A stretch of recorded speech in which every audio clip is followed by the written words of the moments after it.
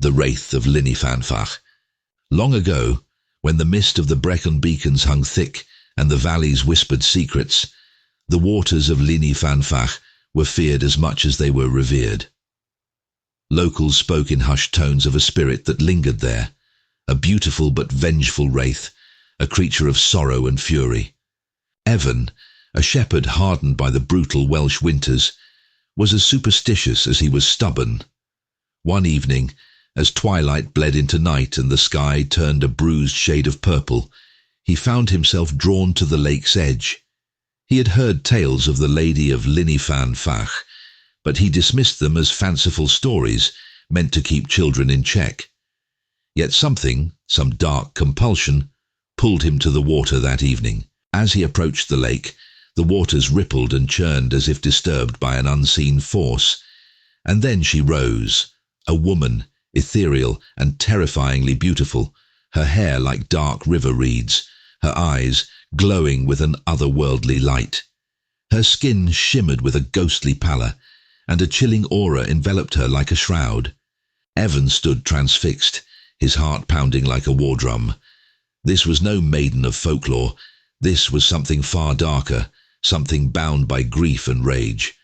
The lady's voice echoed in his mind, a whisper of sorrow that carried the weight of centuries. I am cursed to this watery prison, forsaken by love and betrayed by blood, she intoned, her voice laced with an unbearable sadness.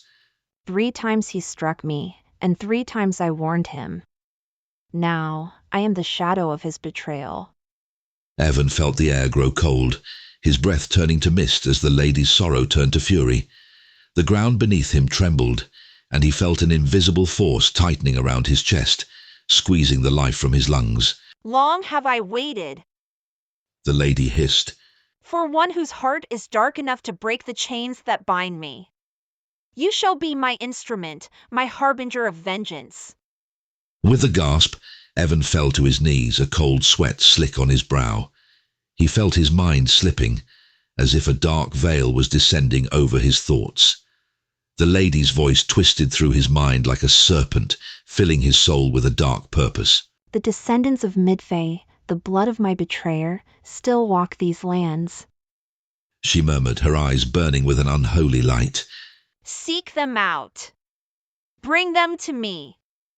Only their suffering can free me from this wretched lake. Evan stumbled back, his body trembling with a terror he could not shake. But beneath the fear, a dark resolve took root. He saw their faces in his mind, 3 brothers, healers of the land, beloved by the people, the sons of the man who had bound the lady to this watery grave. When the days that followed, a shadow fell over the land. Villagers whispered of a mad shepherd stalking the hills, his eyes hollow, his face twisted with some terrible purpose. They spoke of cattle found slaughtered, of a darkness spreading through the valley like a pestilence. One by one the brothers of Midfay fell. The first was found drowned in a river, his hands clawing at his throat, as if he had been pulled under by unseen hands.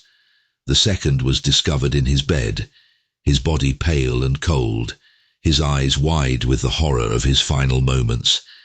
The third and youngest was taken in the dead of night, his screams echoing through the village, cut short by a silence more terrifying than any cry.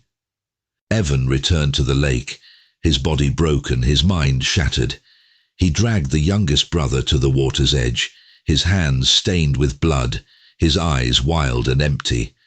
The lady rose from the depths, her form twisted and monstrous, her beauty marred by the darkness that consumed her. You have done well, she whispered, her voice a caress of ice. But one task remains.